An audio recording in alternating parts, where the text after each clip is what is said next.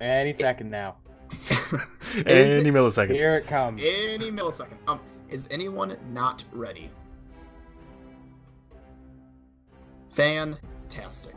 So, last time on your adventure, where did you guys start? Were you inside of, you were walking into the room with the goblins. So, the party had walked into a room of goblins, where their only interaction at first was with Tucson, to which they recognized him as the quote-unquote god chief of their upcoming city village. And he talked to them. Then he showed them Arim, the other god chief of their village. And Samael, unfortunately, is no longer among the living, so he could not be there. But they talked to him.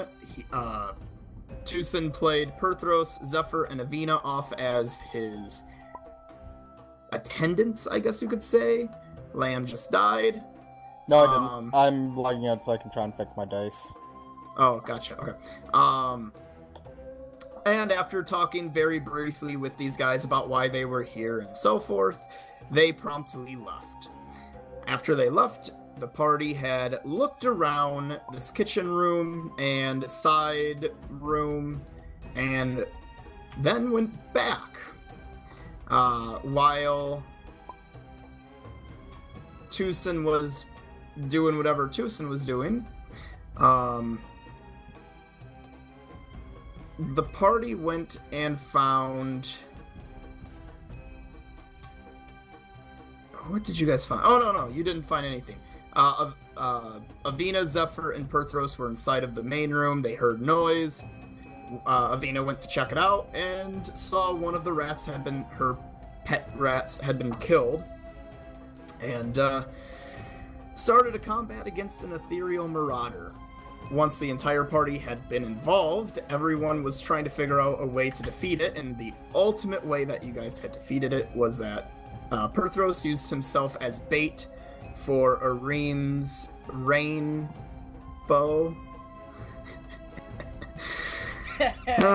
Anyway, for his... that's why I made sure it was rain, so it would be a rainbow. Anyway, almost killing it. Unfortunately, his previous attempt to injure it, which was to set up a trap with positive energy, backfired and healed it and gave it that extra little bit of health that let it survive. And by let it survive, we're talking mechanically, this thing got knocked to 1 HP. And it went into the ethereal plane and ran off, because it's just an animal that just happens to hunt kind of like a teleporting velociraptor. So, with it defeated, Avina gave some of her positive energy drink to the rat, hoping to cure it, but it didn't heal. But a little bit after, it came back to life, possibly due to that, maybe divine affinity, who knows, but it came back to life. Nice. And then evolved, so to say, into a celestial dire rat. So now Avina has a celestial and a fiendish dire rats that seem to, for whatever reason, work together and not be fighting one another, even though normally they would, but I don't care. I want them to be a thing. I have a background reason, but your characters have no reason to know it. The party then went into the side room, and after walking down a hallway that slowly lit up, Tucson found a key floating out in the middle of the end of the hallway. Walking towards it, he went through a sort of energy shield and wound up in a blue room that was playing a song. To be specific, it was Hooked on a Feeling, and it makes a person feel all warm and fuzzy and happy. Once he picked it up, it went away, he brought it out, he told them about it, he had it reactivate in the air, showed the other characters he's not crazy, this key absolutely does this, picked it up, and you guys decided to go back and use the key on the rooms? Yes, 2 rooms. on the 2 spots that needed the key that you couldn't pick. And that is where we are picking up, is Tucson leading the party on the way to one of the 2 rooms to go acquire whatever happens to be in them.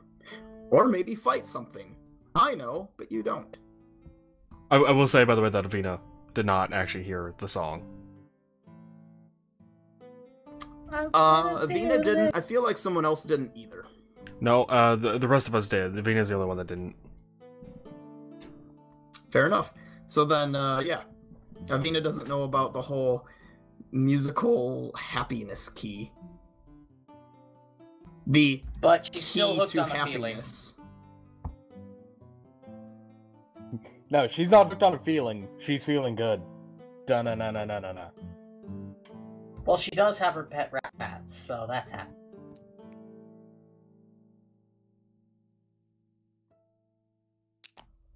You guys are good to proceed. So I will proceed humming the song as I go.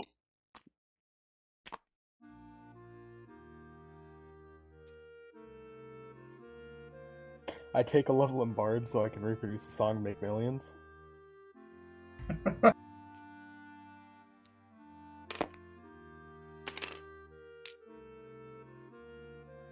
I will say Lamb also got me a new mouse. It's not the best. It's not what I'm used to. But it's It a was lot better than my $11. dying mouse. I know, but it's still a lot better than the dying mouse, which was If it triple was- and double clicking. If it was that good for $10, fuck, I'd be getting myself one. Are you just It's saying in the still- doorway code? Still better than dying mouse.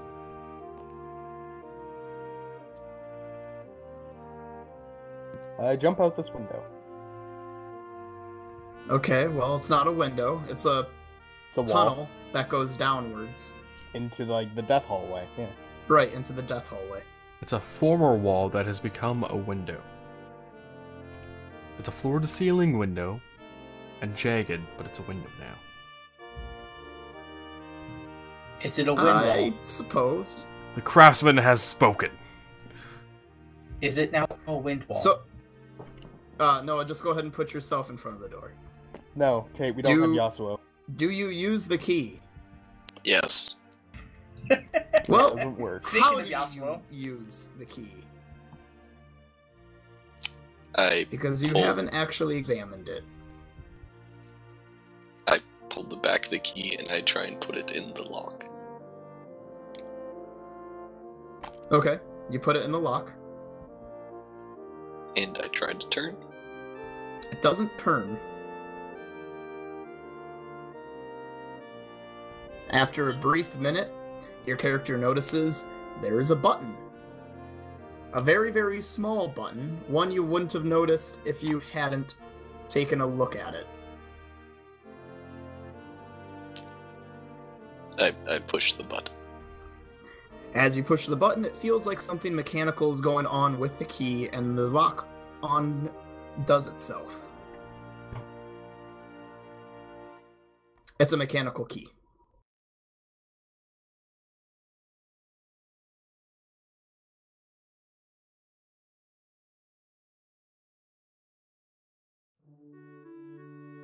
The door pushes open.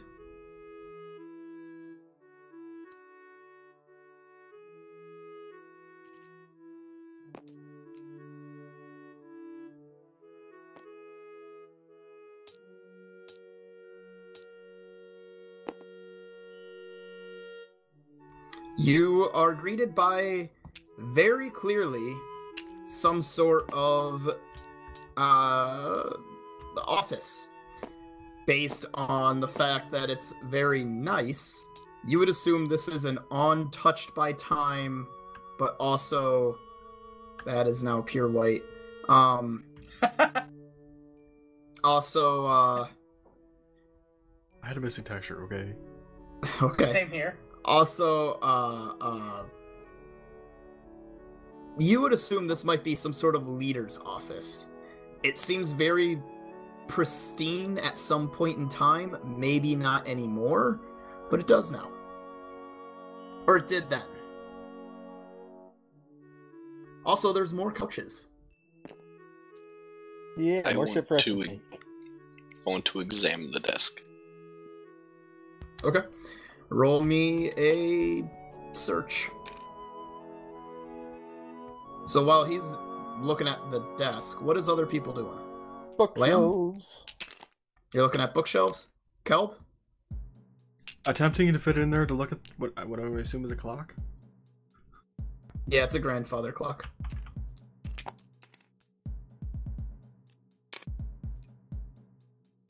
No attempts to break the wall behind him for no apparent reason.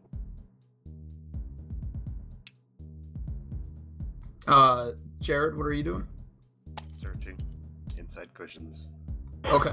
And Goddamn. Tate, what are you doing? I am parked kind of outside the door with my rats, kind of examining the new celestial rat and looking over the other one as well. Considering that first they's very super friendly now. Like, what in the world just happened? They seem to have grown a sort of affinity or affection for you. You wouldn't be able to consider them a animal familiar or companion yet, but they are definitely like a pet. Bonded. They are, for all intents and purposes, essentially wild animals. So take no, I guess not take no. Take slight precaution, and keep in mind if they didn't get fed, you would probably still be considered food. But for now, you're a provider of food. Much like a Yeah, I'm fine with that. much like a wild tiger that someone tames. It'll eat you if it has to, but until it has to, it loves you unconditionally. Yay, symbiosis. Everyone else, I guess, Tucson roll a search, yeah. Perthros roll a search. Jared roll a search. Kelb, what is Zephyr, or what is Arim trying to do? Like, examine how good it is, or trying to find something secret with it, or what's he doing with the grandfather clock? Examining it, determining what kind of materials it is made of, because obviously this is not something I have seen that often, right? Considering clocks No, supposed to be it gnome is. technology. This is a very pristine and mechanical, with slight magical. Alright, well, yeah, essentially checking it over, appraising it, and whatnot. Alright, roll me an appraisal, and, just an all-around int check as well. Nothing specific, just one appraisal and one int. Noah, what did you get? 25. Alright. In the desk and on the desk, you find a collection of notes, all of which seem like gibberish. With your expertise and background, you realize that it is definitely in code. As far as which code and how to decipher it, you think you would have to take some extra time to undo so. So put down that you have 3 notes in code. And then there is a book with random letters stuffed inside of it. Or envelopes stuffed inside of it. If you were to look through it and check one of the envelopes, it seems to be there is paper inside of it. But the book doesn't seem to be anything in particular. It almost looks like it's a book that someone had. Roll me an int check.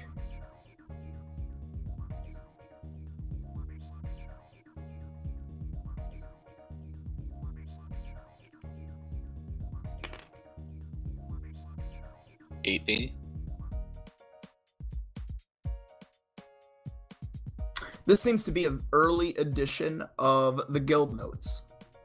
You didn't recognize it at first because you weren't like Zephyr and reading it religiously, but the couple bits that you saw, you do re-see. This seems to be a very old version of guild requirements or such. Guideline. which almost may solidify to your character that this was at some point in time a guild hall.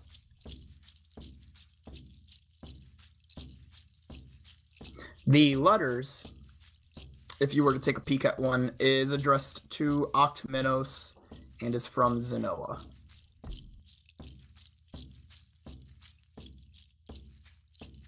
Hey guys, did we just find the Rainbow Forest Guild House? No? I didn't see no rainbow out there. Or You're in just here. in a random forest. The purple and blue shrubbery threw me off. No, that's because there was death and whatnot in that area. And then also some sort of magical mishap, as far as what Perthros told you. So this place might have used to be a guild hall. Or gathering place of some sort.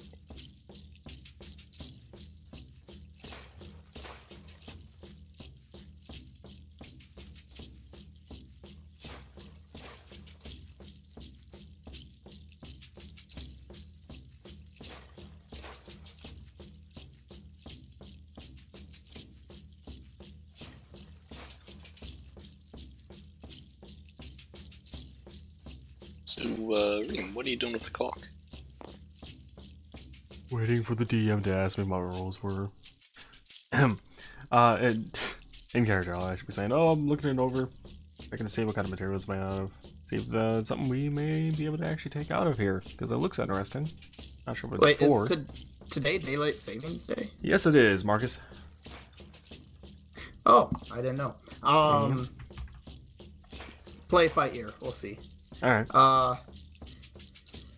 For the clock, what was your appraisal? 19.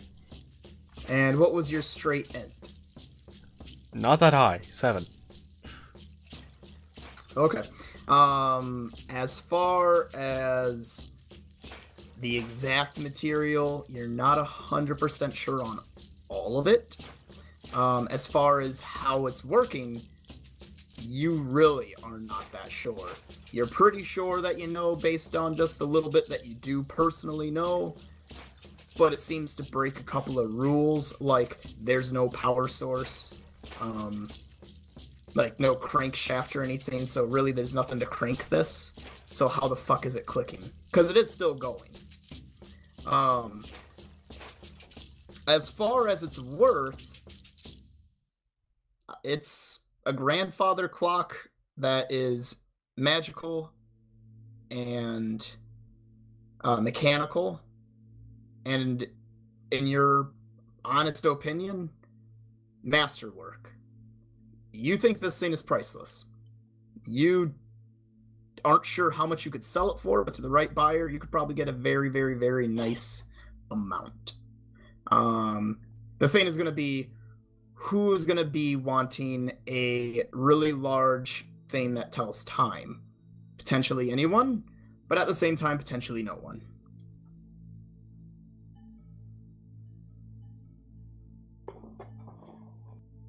Perhaps a church, perhaps a someone that's of royalty, but you're not sure.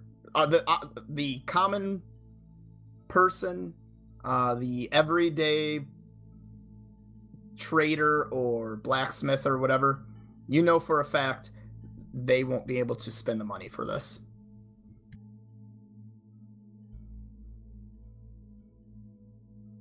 Okay then.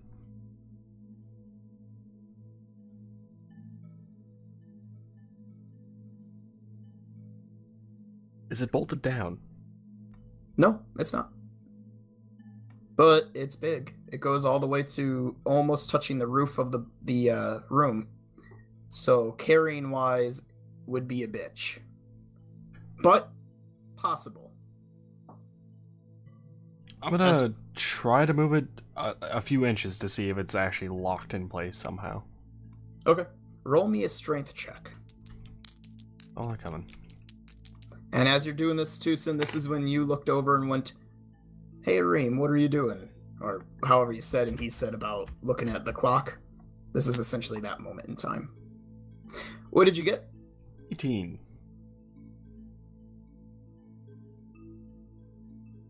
You are able to scoot it, more or less. After you get just a little bit, you stop because you realize I might damage the wood if it's not done by at least 2 people to be carried horizontally. Right, and like I said, I was only moving this enough to see if it was free or not. Right, and you can tell it's absolutely free. It's just heavy. Of course it's free, and it's in an abandoned dungeon. Well, not that kind of free. Free is also another term for priceless. That's true. I have no comment on this, Jared. I was gonna say something, and it was just like, nope, nothing's coming out. Moving on. I don't really have an exact worth as to what I would give it. Off the top of my head, I was thinking ballpark of around 4,000 to 6,000 gold.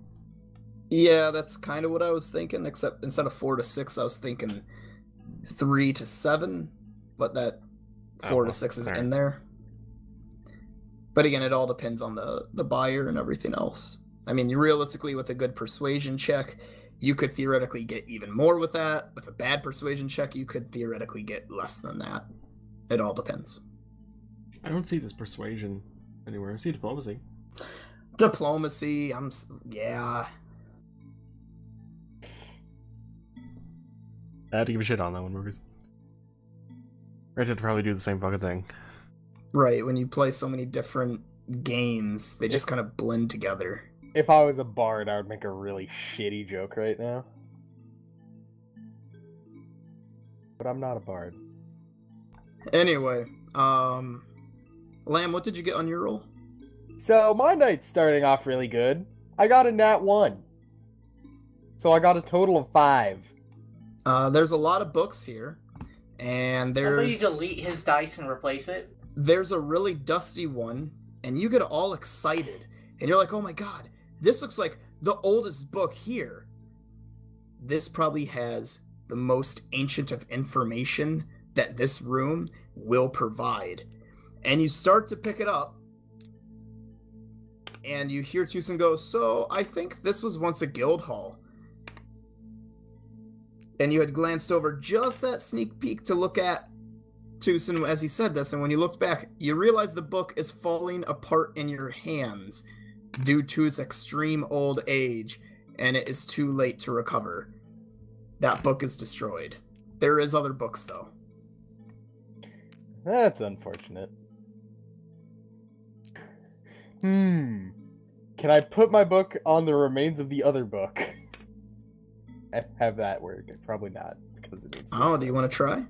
Sure. I don't think this is gonna work, but... You put the book, you open it up, you put it down on the remains of what was once a book.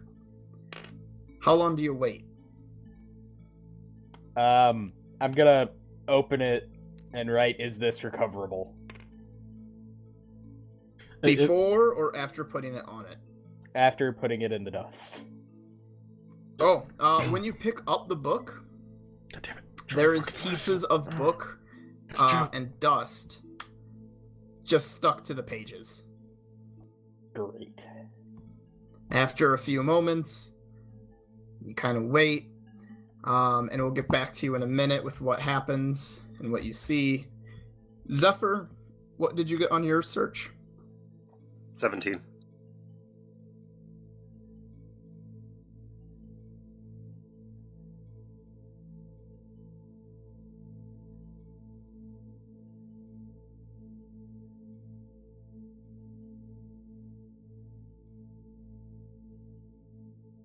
One minute.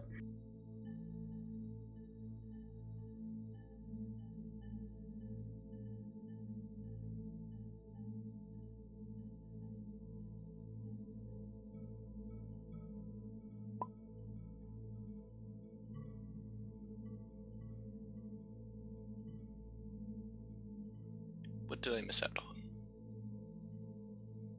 There we go. That's your trash. Well, Lamb did book necrophilia instead of book sex. So, I mean, there's that. Other than that, not a whole lot.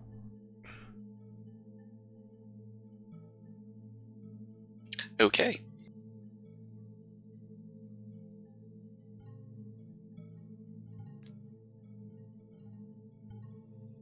All right, Jared. Inside, you find 20 gold pieces just scattered about both couches. I'm just having us go for both of them. And so, 15 in one, 5 in another, or 10 in both, or whatever. But a total of 20. You find a couple pieces that would make a whole miniature of some sort of ship. You think you could probably fix it. Maybe. And then you find underneath of one of them what appears to be a coat. It's kind of hard to tell because you haven't taken the cushion off of it, nor taken it out. Do you pull the coat out?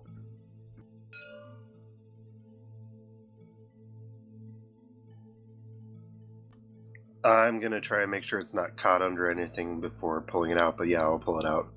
Okay. You take a couple seconds, you realize that there was some sort of spring or something in the couch, that it was coiled a little around. You spend a minute to take it out. You think you notice the color, but you're not quite sure, so you ignore it for a second. But once you get it out, you realize it is a cloth coat, but it is lined with silver. So it is a silver cloth coat. This, roll me an appraisal.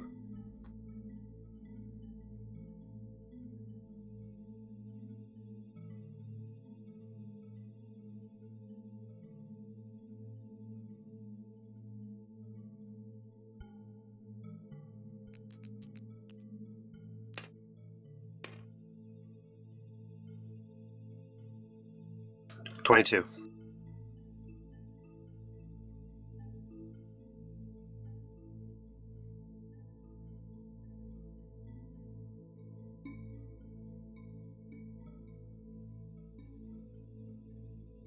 One minute.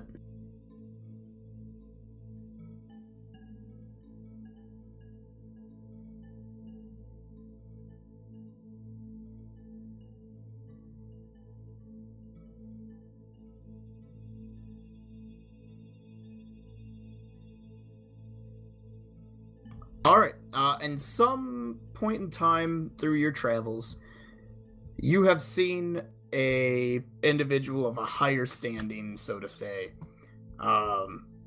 boast about how his coat that was lined with silver, and you're making the connection, this is probably very similar, and he was boasting about how it's worth at least 1,200 gold.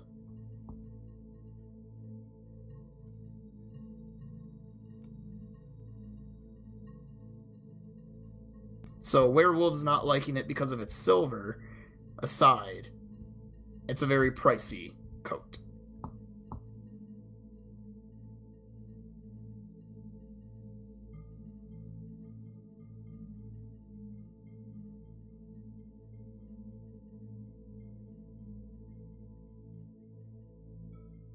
And while you're doing that, then back over to Perthros. Perthros, the dust and book remnants fall off of the book. What you're greeted with before you can write anything in it is the book has just a bunch of garbage on it. Just random letters and numbers across just a huge amount of different languages. It makes no sense. It is just random garbage as far as you would see. So it probably tried, and it couldn't make heads or tails of any of it. Gonna just write in the book. Sorry about that. Go ahead and dump that. I wanted to see the book blue screen.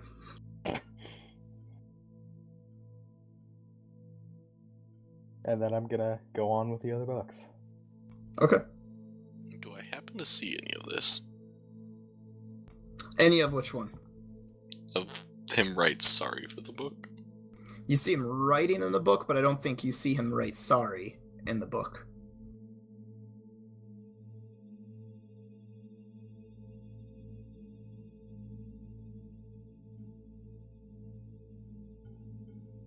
You saw the book fragments fall out, and then him write something in the book, and then put it away. And then what is he doing after that?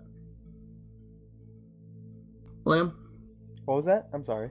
What are you doing after, I'm just going on with the other books. Okay. Trying to pay attention, see if any of them start falling apart so I can put them down and just have them copied. Sure, so you're just looking through the books then.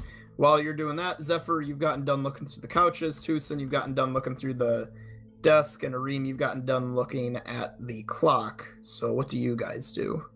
While Perthros does that. I would like to look at the book Perthos had that had pieces coming out of it and he couldn't understand. It turned to dust. Oh, it did? Yeah. Then I'll be heading to the clock.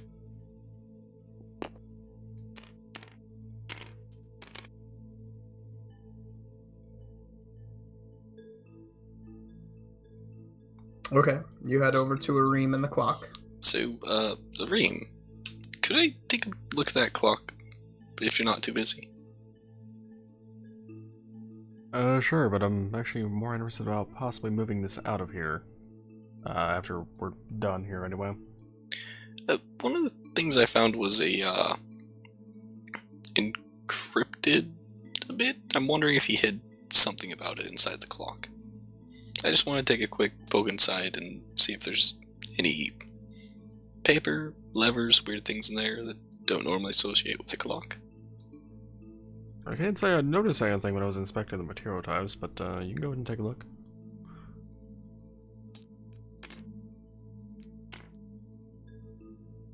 So roll me a search, Noah.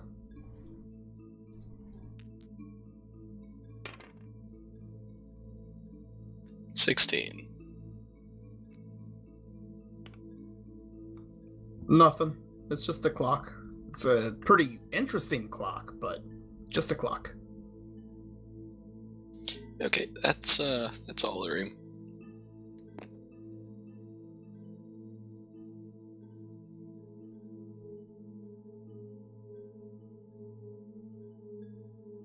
So, Cal,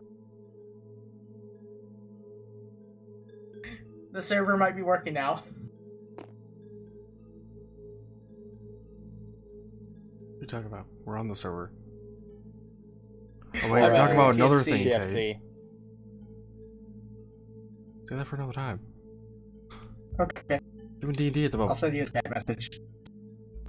The books that Perthros and Zephyr are looking at, after a while, you guys realize something, that you're not finding anything that normally would be of interest of you. This is just a collection of random notes, but they're all about things like bird watching and cooking and assumptions about the cushiness of different brands of couches. Do I Or see types of anything about couches. wearing his favorite spectacles?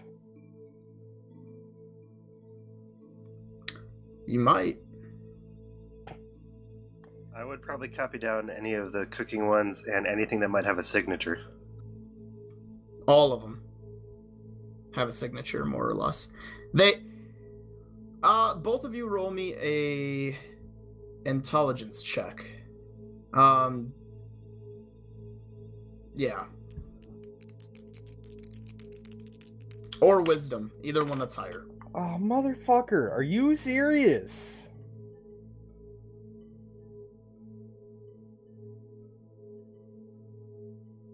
Lamb, what'd you get? 8. Jared, what'd you get? 19.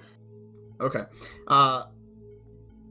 Lamb, Perthros thinks that a lot of this stuff seems off.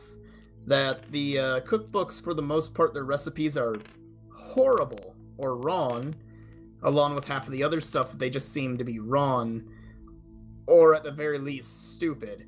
I checked the cookbook for Avina's signature. No, her signature is not in it. Okay.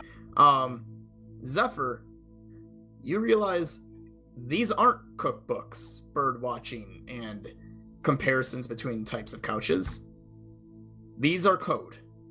This is someone writing and using misdirection and whatnot to pretty much just write secrets, whatever their secrets may be, hidden within the text. But since you don't have the cryptic, and you have no idea what any of it would be, you have no way to decipher it right now.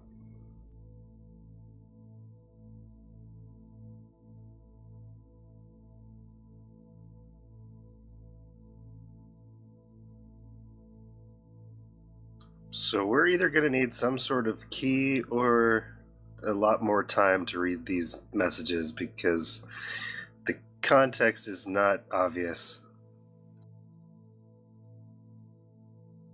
Noah, Tucson remembers he found a book with a code in it.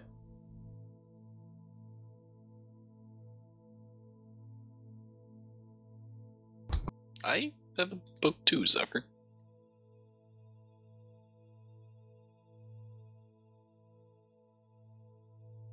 Maybe we should look at these notes in the books together. Agreed, but it looks like it's going to take some time to read them.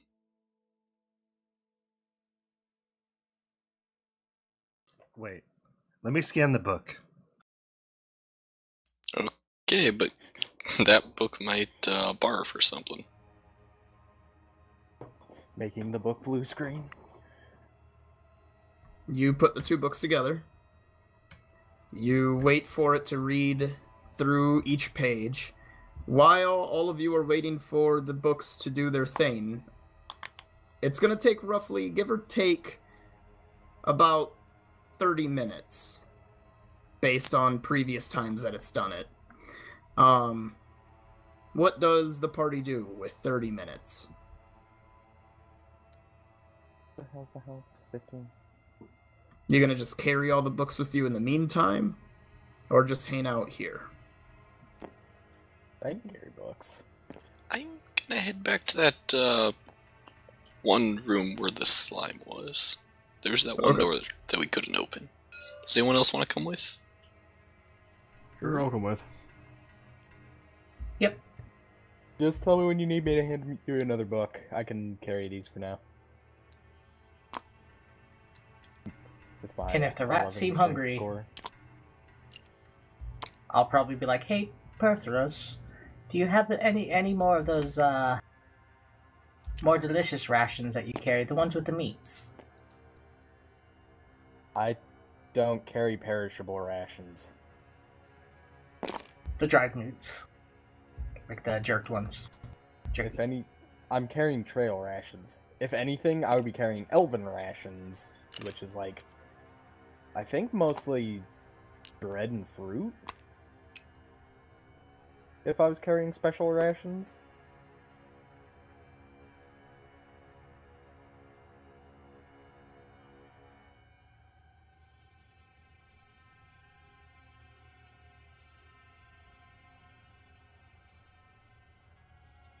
I'll be carrying a smaller letter to scan when the book is done. If anybody's carrying me any meat, otherwise I'm still gonna feed them just a little bit of mine.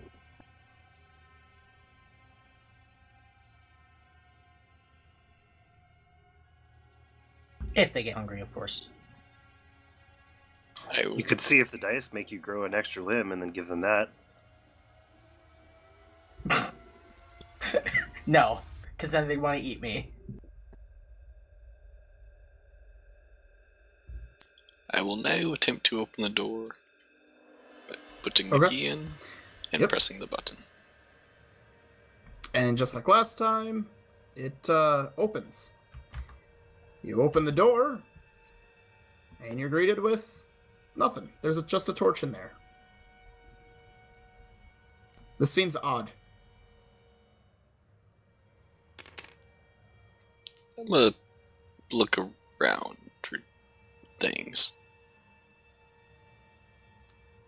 First things first, I'm gonna grab the torch and see if I can pull it. So you cannot pull it. I'm going to not quite close the door and ask him if there's a way to open it on the other side as well.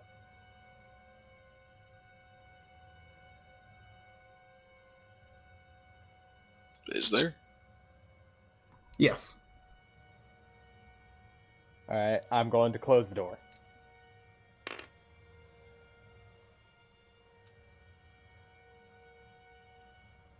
.22 search check. This isn't what you're necessarily in, it's just for the purpose of it. The torch goes out, and then right there, that far away, you can see a light. And a chest below it. But it's as if you just entered in this massive room.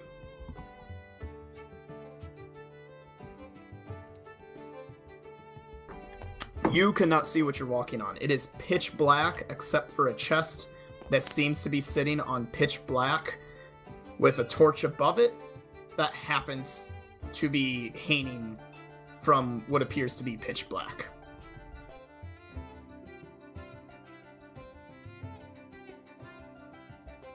Well, shit, I left my lantern back there.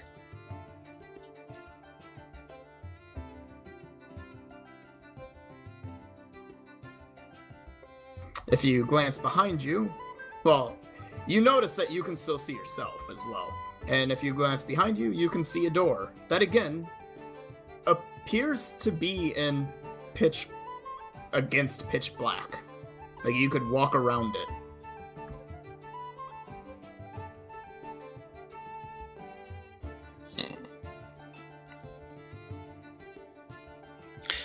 I'm gonna head back to the door. You're next to it. Can I open it? Yep.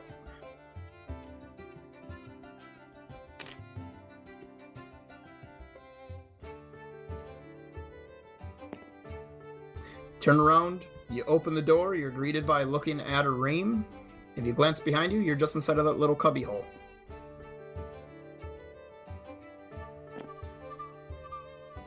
Okay, when you close that door, it teleports you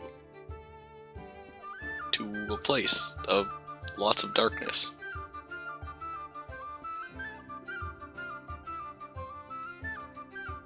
I also saw a chest. Does anyone else want to go in there? Preferably someone who can see at night? Or has a torch?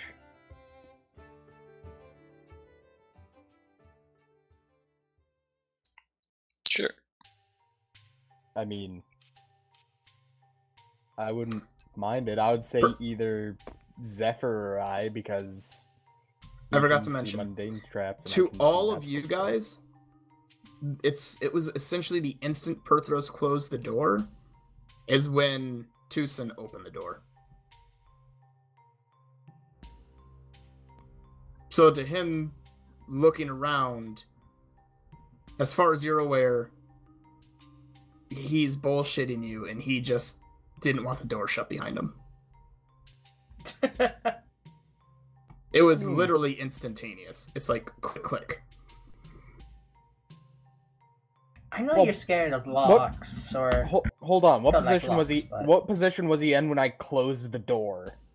Like, I was was he facing looking the away torch. from the door? Okay, so I know something's up because I actually saw him when I closed the door, not looking at the door. And if it's instantaneous like that, then I know something's up. Now roll for initiative, Lamb.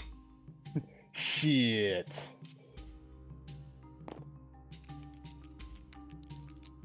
This is gonna be a 20.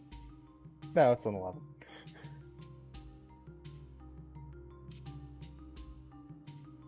Does anyone want to go in and try? I mean, I already offered. I opened the door with my key. Go right on it. Okay.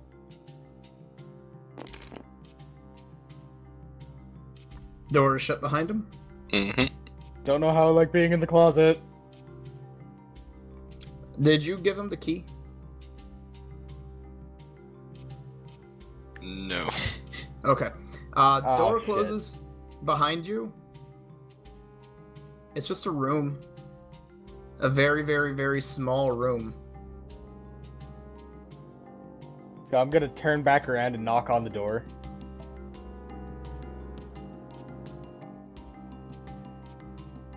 Yeah, you guys hear the knock. I open up the door. So I think we're missing something because it's just a room to me.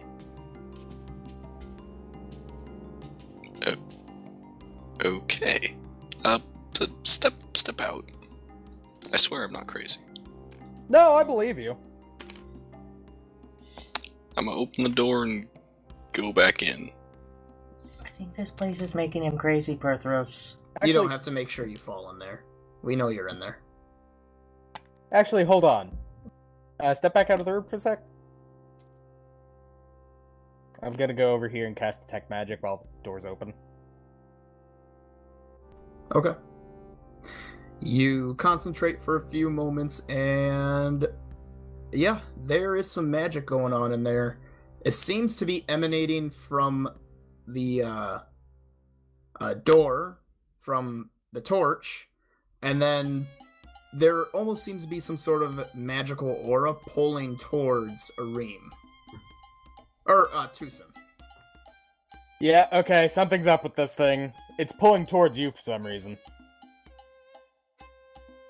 Okay, I'll do it. Let me get my lamp ready. I was gonna hand you the torch, but okay. It's racist magic. I don't want to deal. I need a hooded one that can't go out by wind. He's the only heal. Or the only human. And I'm gonna go back in. It's more unknown to your character, so you need the key. Yeah. Is this door homewood? Made of homewood? Boo. Shut up, Tate. God damn it. Anyway, you go in, you close the door, and you are once again greeted to the absolute darkness that is a floating torch, chest, yourself, and door. Not actually floating, you seem to be standing on something. Wait, does my lantern not give off any light? It gives off light. When you put your hand in front of it, your hand is more brighter than, is brighter than what it was earlier, but only in the relative sense of you have a stronger light source going against it. Kind of like if you were out in the middle of day and you had a really strong flashlight and you put it in front of your hand. It's just lighter than the rest of you that's still light. Or lit. Oh, guess I'm doing this one by feel. So you try to feel to your side? I'm going to get down on all fours and start feeling my way as I go across. Okay.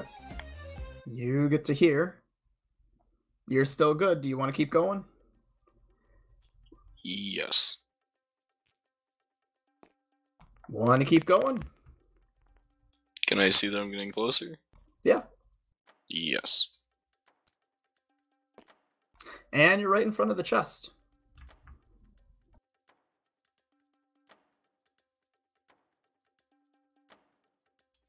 I'm going to see if it's locked. As you start to reach for it, the chest goes, "Whoa, whoa there, buddy. What do you want?" In all of your years of knowledge, you realize this is a mimic, and it's talking to me. Welcome to Wonderland, bud. Are you a mimic? Yeah, what about it? And I prefer Mr. Mimic, thank you. Oh, sorry about the, Groping. Mimic I, unformalities. not mimic you. So, what are you doing here? I hold stuff. And if you give me stuff that I want, I give you some stuff in return. What do you want? Oh, ain't that the question of the day? Well, I kinda like gold. It tastes pretty good. Silver's okay. But gold, Why It's is where this it's at. mimic from up? Why is he from upstate New York? I do have a fair amount of gold on me. Could you perhaps give me a hint as to what I could get in return?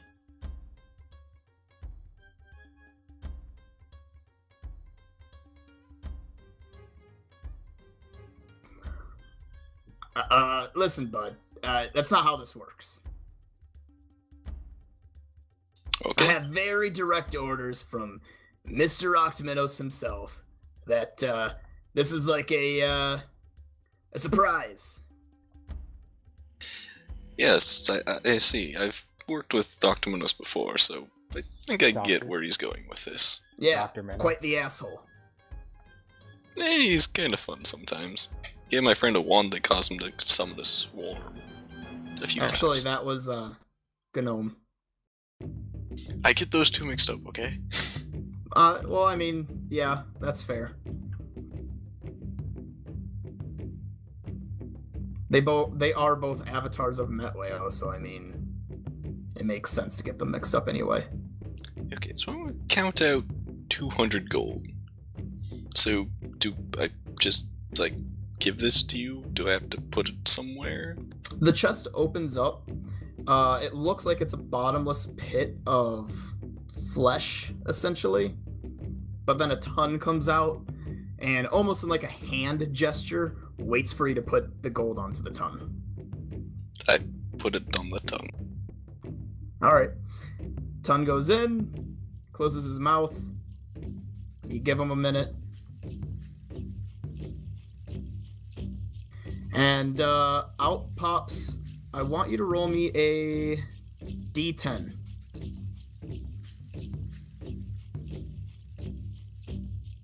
You're gonna do a couple rolls here. 2.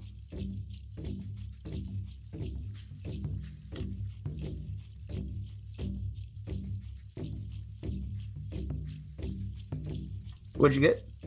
2. Alright, you get a white pearl. Now roll me a d4. And these just kind of pop out and land on the ground, floating on the empty nothingness. But yeah, so d4. 2.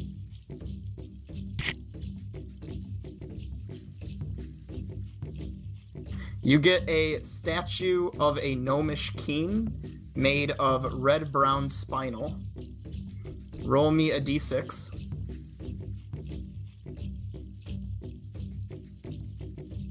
Alright, taking notes of everything as I go. Yep.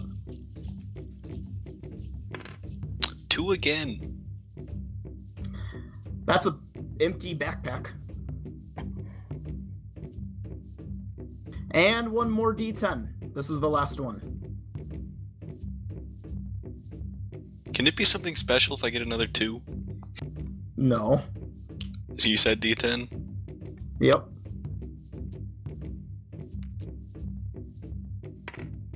Three.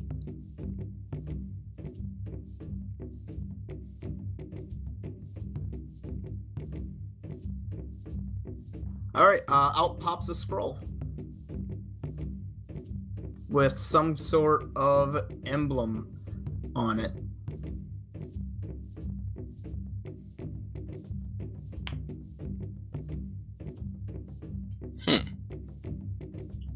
So, Mr. Mimic, how many times can I do this?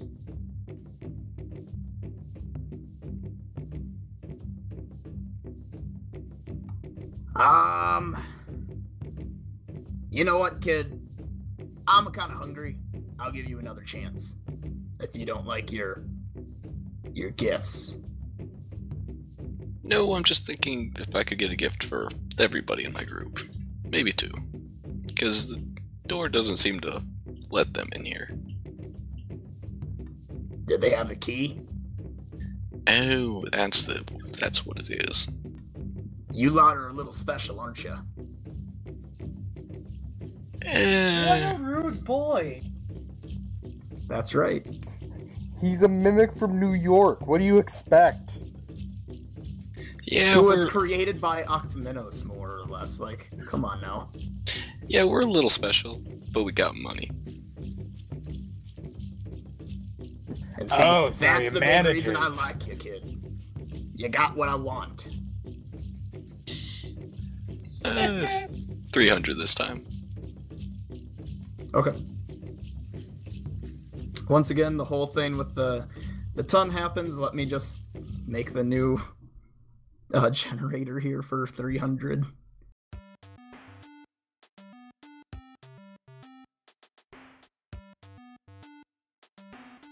And this is when Tucson develops a gambling problem.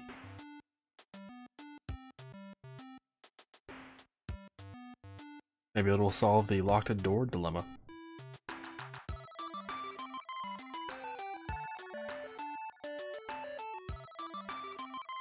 Sorry, not solve. Replace.